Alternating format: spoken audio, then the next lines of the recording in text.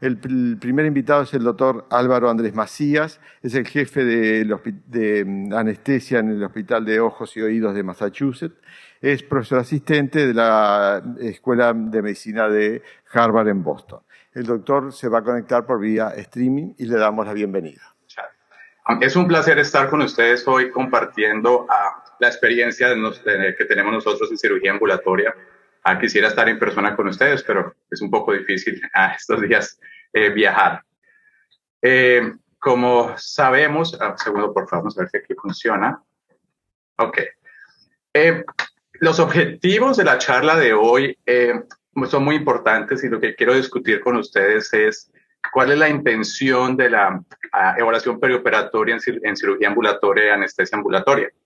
El primer objetivo que creo que es importante que discutamos es que la intención es reducir el riesgo de complicaciones, identificando a los pacientes que son adecuados en el sitio adecuado, con el procedimiento adecuado y el tipo de anestesia adecuado para proceder con la intervención quirúrgica. Número 2 es el paciente geriátrico. Sabemos que la población mundial ha envejecido y que muchos de estos pacientes van a requerir intervenciones quirúrgicas que pueden hacerse en centros ambulatorios. La intención es entonces clasificarlos adecuadamente y llevarlos durante el periodo perioperatorio de una forma adecuada. El tercer objetivo es discutir que los pacientes que tienen múltiples comorbilidades, como lo sabemos, hay enfermedades como la diabetes, la hipertensión, la enfermedad coronaria, la enfermedad pulmonar, que se presentan con frecuencia en los pacientes que vienen a cirugía ambulatoria. Y lo que queremos saber entonces es cómo evaluar a esos pacientes de una forma costo-efectiva. Y lo último, lo más importante tal vez, pero lo dejo para el final, es la reducción en la necesidad de ordenar test que sean innecesarios para nuestros pacientes. Es importante saber que nosotros como anestesiólogos tenemos dos formas muy sencillas y costo efectivas de hacer screening de los pacientes que vienen a cirugía ambulatoria. La primera es la clasificación de la ASA, ¿cierto? Si sabemos que un paciente es clase ASA 1, ASA 2, muy posiblemente es un paciente bastante sano que no requiere ningún tipo de intervención o ningún tipo de test. Ese es el número 1. Y el número 2, que es muy importante, es el estado funcional, ¿cierto? Si sabemos que un paciente tiene un buen estado funcional, puede caminar, puede subir escaleras y no tiene ningún tipo de restricción física en eso, esos dos combinados nos dan un suficiente valor predictivo positivo para saber que vamos a estar bien. Aquí está la clasificación de la ASA y sabemos que la mayoría de los anestesiólogos tienen una clasificación de la ASA bastante cercana a esto. Sabemos que hay variaciones dependiendo cómo se presenta el paciente, tanto de la parte física como de la parte activa, pero no olvidemos que es muy importante saber la mortalidad perioperatoria de los pacientes que tienen ASA 1 y ASA 2. Un paciente ASA 1 tiene una mortalidad perioperatoria del 0.3%, un ASA 2 tiene 1.4%. Es una mortalidad perioperatoria muy baja. Y como les muestro aquí en este estudio, en este estudio europeo, no hubo complicaciones realmente mayores a ningún tipo de comorbilidad en pacientes que se presentaron a cirugía ambulatoria, que eran ASA 1 o ASA 2, inclusive ASA tipo 3. Entonces, ¿cuál es la intención de la evaluación perioperatoria? ¿Por qué estamos discutiendo este tema hoy? Primero, porque la cirugía ambulatoria ha crecido sustancialmente a nivel mundial. A nivel de Estados Unidos, 60% de las cirugías se hacen en centros ambulatorios en estos días. Y COVID definitivamente aumentó ese número de cirugías ambulatorias debido a los recursos necesarios para tener cuidado de estos pacientes. Y muchos de los hospitales estaban ocupados cuidando de pacientes con COVID. Y los centros ambulatorios fueron como un medio de escape para realizar algunos de estos tipos de cirugías y de intervenciones. La primera pregunta que nos debemos hacer es este paciente candidato para cirugía ambulatoria, ¿cierto? Basado en la clasificación de la ASA, basado en el estatus funcional, en las comorbilidades. Si ese es el caso, debo considerar cambiar el lugar o el manejo médico. Todo tipo de intervención que se va a hacer, ¿verdad? El tipo de test, examen que se mande, tiene que tener la intención de modificar el tratamiento de ese paciente. Si vamos a mandar test solamente para sentirnos nosotros mejor, no tiene ningún efecto. Si sentimos que este paciente necesita algo más, buscamos alternativas a la cirugía planificada. ¿Cuáles son las selecciones de técnicas anestésicas especializadas? Podemos hacerlo bajo anestesia regional, podemos hacerlo bajo sedación, podemos hacerlo bajo tópico. Y lo último, ¿cómo podemos optimizar ese paciente para disminuir la mortalidad perioperatoria e evitar las complicaciones? Muchas de las complicaciones que se presentan durante cirugía ambulatoria es porque el paciente no fue seleccionado adecuadamente. la evaluación preoperatoria no fue adecuada y el paciente no era un buen candidato para tener esa cirugía en un centro ambulatorio.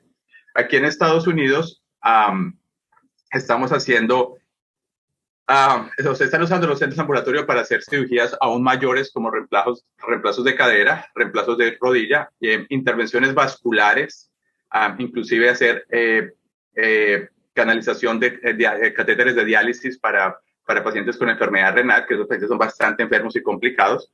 Y eso ha ido incrementando las complicaciones que se presentan en cirugía ambulatoria.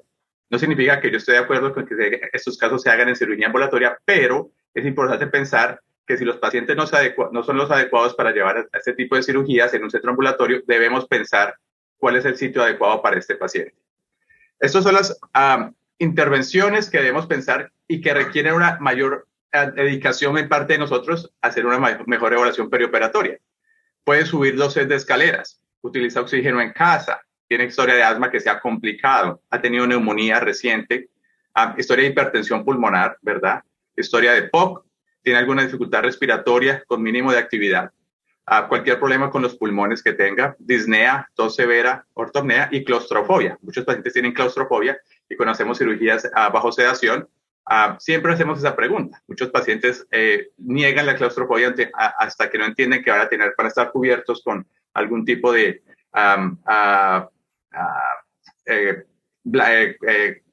sábana quirúrgica y que los van a sentir ese estado de claustrofobia.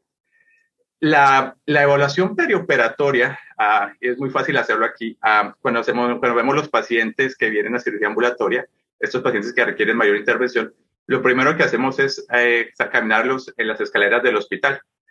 Cuando los subimos y los bajamos las escaleras, es muy fácil saber si el paciente va a ser un buen candidato para cirugía ambulatoria.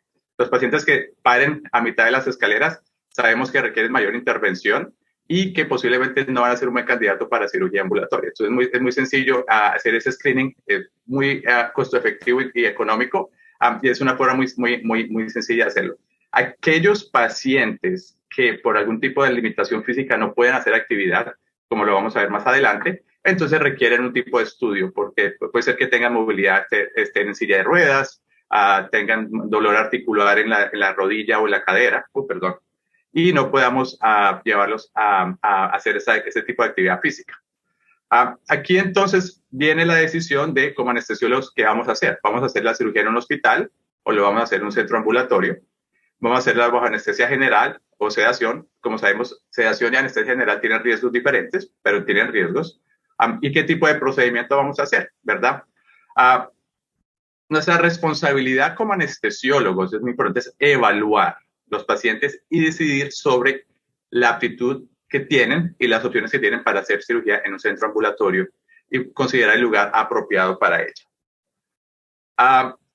Vamos a hablar un poquito de la enfermedad cardíaca isquémica. Es difícil cubrir todos estos temas en 20 minutos, pero lo que quiero dejar aquí como mensaje es que hay muchas formas de evaluar los pacientes y hay riesgos y evaluaciones de riesgo que se pueden hacer en el Internet y que les van a dar el riesgo de complicación basado en los criterios que cada guía de manejo tiene. Esta es la guía de manejo que viene, que es la revisada del riesgo de índice cardíaco, que pueden hacer en Internet, está la dirección, y entra la información y les va a dar un riesgo de mortalidad a los 30 días. Quizá la más efectiva es esta, que viene de un proyecto que se llama el Proyecto de Calidad Nacional Quirúrgico aquí en Estados Unidos, en el que se pueden entrar todas estas variables y les va a dar también el riesgo de quirúrgico y el riesgo de complicaciones posibles. Esta es posiblemente la forma de calcular el riesgo más efectiva para cirugía ambulatoria, porque cuando se creó la tabla, cuando se creó este documento, se utilizaron pacientes que iban a cirugía ambulatoria y la información fue usada para calcular los riesgos. Esto es simple, esto es una diapositiva bastante complicada, pero simplemente para demostrar cuando un paciente tiene enfermedad coronaria, qué tipo de intervención y cómo debe ser el manejo de estos pacientes. Obviamente, en cirugía ambulatoria no vamos a tener emergencias, o sea que esta parte no nos incluye acá. Pero si el paciente tiene historia de enfermedad coronaria, ¿qué debemos hacer? ¿Cuál es la actividad física? ¿Qué tipo de riesgo tiene? Si el paciente tiene una buena actividad física, puede caminar, subir las escaleras, se puede proceder con cirugía, no hay problema. Pero si no tiene actividad física, entonces, ¿qué debemos hacer? Debemos hacer algún tipo de intervención, algún tipo de estudio. Es muy, pero muy importante que seamos muy aferrados a este tipo de manejo y a esta tabla. Y lo digo porque en el pasado hubo pacientes que posiblemente pudieron haber ido a cirugía sin necesidad de ningún tipo de intervención. Y algunos de esos pacientes fueron a un test, se les hizo la intervención y hubo complicaciones relacionadas con la intervención que se utilizó para hacer el diagnóstico. Porque quizás uno de los pacientes más complicados fue un paciente que se presentó con esto y se mandó a un cateterismo cardíaco, no claro si se necesitaba o no, y durante el cateterismo cardíaco hubo una función de la arteria coronaria, el paciente terminó en taponamiento coronario, cirugía cardíaca, recuperación de la unidad de cuidado intensivo cardíaca, y el paciente se presentaba para una cirugía de cuello. Entonces, esas son las complicaciones que debemos evitar y no hacer intervenciones innecesarias que ponen a nuestros pacientes en mayor riesgo. Algo que se discute mucho en estos días es obviamente la presencia de los stents después de un evento coronario mayor. Básicamente para decir que si el paciente se le coloca un stent metálico, como sabemos, la intervención quirúrgica se debe posponer por al menos un mes. Si el paciente se le coloca un stent que tenga liberador de medicina o de fármaco, y el stent se colocó para un paciente que tuvo un evento coronario, tenía dolor de pecho, se le debe continuar la terapia coagulante por al menos 12 meses antes de hacer una intervención quirúrgica. Si se le colocó el stent simplemente porque el paciente presentaba fatiga, cansancio y durante el cateterismo se identificó una lesión, esos pacientes se les debe posponer la cirugía por al menos 3 a 6 meses. A no ser que tenga que haber una intervención quirúrgica de urgencia, en ese caso debemos parar el tratamiento médico con terapia anticoagulante. Y si el paciente tuvo un evento cardíaco, un infarto, se debe idealmente evitar por más de 60 días la cirugía porque el paciente tiene mayor riesgo de un evento cardíaco adverso mayor. Entonces, como les decía, lo más importante que nosotros tenemos para la evaluación perioperatoria es la ASA, la clasificación de la ASA, y el estado funcional del paciente. Muy importante para nosotros entender eso. Quiero hablar un poquito de la falla cardíaca. Sabemos que la falla cardíaca es un riesgo significativo para complicaciones en cirugía ambulatoria. Y una de las formas de evaluar la falla cardíaca es utilizar el BNP, que es el péptido natriúrico B auricular. Y básicamente lo que se mira es si el paciente, si está bajo, si este nivel está bajo, básicamente el paciente tiene una enfermedad cardíaca, descarta una enfermedad cardíaca significativa. Si el paciente lo tiene alto, lo que se debe hacer es posponer la cirugía y seguirlo bajo el tiempo. A medida que vaya bajando, eso significa que el paciente se va a recuperar de su falla cardíaca hasta que esté optimizado. Hoy en día se habla mucho de lo que aquí en Estados Unidos de lo que decimos que sería como el prehab, que es prehabilitar al paciente antes de cirugía. Los soplos cardíacos, creo que todos estamos muy familiarizados con los soplos cardíacos. Si es un soplo cardíaco nuevo y el paciente tiene síntomas, obviamente requiere una evaluación con un ecocardiograma. Si el paciente tiene historia de soplo cardíaco y es estable y no ha cambiado y no tiene dificultad en su estado funcional, es muy seguro proceder con la cirugía ambulatoria. Entonces es muy importante que hagamos un diagnóstico adecuado del tipo de valvulopatía que el paciente tiene y de su estado funcional. Muy importante. La hipertensión es quizás una de las situaciones más frecuentes que vemos y es un paciente hipertenso que se presenta para cirugía. Básicamente la recomendación es si el paciente tiene una presión arterial menor de 180/110 antes de cirugía ambulatoria, es muy posible que se pueda seguir con cirugía. Es una recomendación que apareció de las guías de manejo de la Sociedad Británica de Anestesiología. Si va a posponer la cirugía porque el paciente tiene hipertensión, entonces se debe evitar la cirugía por al menos 6 a 8 semanas. La razón para eso es porque si vamos a optimizar el paciente, y de verdad hay una preocupación por la hipertensión, toma de 6 a 8 semanas para el sistema vascular recuperarse y adaptarse a los nuevos medicamentos que vamos a dar. es una discusión que está apareciendo. De hecho, voy a dar una charla acerca de esto en la Sociedad Ambulatoria de Anestesia aquí en Estados Unidos próximamente. Pero hay mucha discusión a nivel de hipertensión. ¿Qué hacer con esos pacientes que se presentan con hipertensión y qué hacer con su manejo perioperatorio en cuanto a antihipertensivos? Continuando entonces, seguimos con la diabetes. Quizás el manejo aquí con la diabetes es muy importante mirar el nivel de hemoglobina A1C. Idealmente, si el paciente tiene una hemoglobina A1C menor de 8, idealmente menor de 7%, las complicaciones son mucho menores, posiblemente ninguna relacionadas con infección de la herida quirúrgica o cicatrización. Si la hemoglobina A1C es mayor de 8%, el riesgo de complicaciones es mucho más alta. Y es importante entonces evaluar el manejo perioperatorio de la insulina. Debido al tiempo, voy a seguir aquí un poquito, posiblemente me extienda por 2 minutos. La cirugía de catarata es posiblemente la cirugía que se hace más comúnmente a nivel mundial y en Estados Unidos a nivel ambulatorio. Y básicamente el mensaje que les dejo con cirugía de catarata es que si el paciente respira, tiene pulso, no tiene claustrofobia y no tiene una dificultad funcional, se puede hacer cirugía de catarata. El riesgo de cirugía de catarata es mínimo y en cuanto a anestesia, usualmente se hace bajo anestesia regional o tópica. Y es muy difícil justificar una cancelación de cirugía de catarata debido a las complicaciones que son mínimas y a la duración de la cirugía misma, que dura no más de 20 y 25 minutos. Nosotros acá, cancelar una cirugía de catarata es bastante extraño. El paciente geriátrico, como lo dije, es muy importante que esos pacientes tengan un estado social de soporte cuando van a ser, se les va a dar de alta y de salida, porque esos pacientes tienen mayor riesgo de complicación postoperatoria si les deja abandonados en su casa por sí mismos. Entonces requieren definitivamente apoyo social y obviamente optimizar todas las complicaciones y la comorbilidad que tienes. Tienes diabetes, hipertensión, enfermedad coronaria, valvulopatías. Eso entonces es como, dependiendo de lo que se ha visto, cómo hacer para mejorar esos pacientes y mantener el estado social y el apoyo durante su recuperación. Básicamente, entonces, para casi terminar, el mensaje que les quiero dar es que nosotros tenemos la clasificación de la ASA para determinar el tipo de complicaciones que el paciente va a tener. Tenemos el estado funcional, tenemos la historia clínica y tenemos la historia del paciente en el pasado.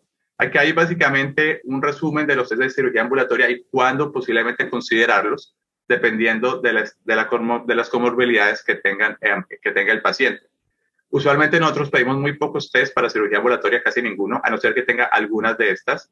Más comúnmente lo que pedimos es un INR o en pacientes que van a cirugía ambulatoria, pues principalmente porque son pacientes de mayor edad que tienen historia de fibrilación auricular o historia de eventos cerebrovasculares. Creo que nunca pedimos una cirugía de tórax, nunca pedimos un screening para transfusión.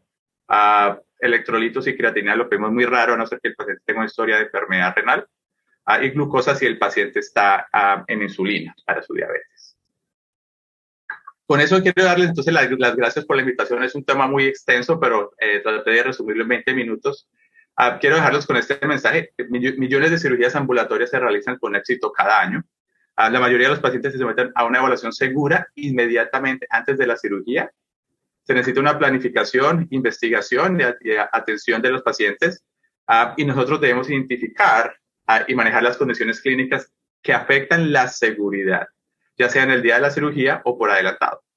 Y lo más importante es que la selección adecuada de los pacientes y la coordinación de la atención son esenciales para que los pacientes obtengan los beneficios de la conveniencia y el acceso adicionales que ofrecen los centros de cirugía ambulatoria. Con eso les doy las gracias. Un placer estar con ustedes aquí desde Boston. Lo que comentaba que le agradecía su presentación, respetando absolutamente el tiempo, que para nosotros uruguayos es un poco difícil, pero que en lo que habíamos planeado con Eduardo con respecto a este primer tema de este módulo fue ampliamente estudiado, sobre todo en nuestro país, que los recursos económicos y los recursos humanos escasean. La optimización de cualquiera de estos dos recursos es fundamental para mantener el sistema de salud como lo tenemos previsto en nuestro país. Es difícil en los tiempos que vienen cambiando, sobre todo qué pedir y cuándo pedir para mayor seguridad del paciente y del acto anestésico quirúrgico que se va a realizar. Como usted decía, cualquiera de estos dos temas da para jornadas enteras, pero por razones de tiempos del Congreso nos dieron estos 20 minutos para cada expositor. Y muchísimas gracias por su presentación y esperemos vernos de manera presencial en cualquier momento. Muchas gracias, doctor.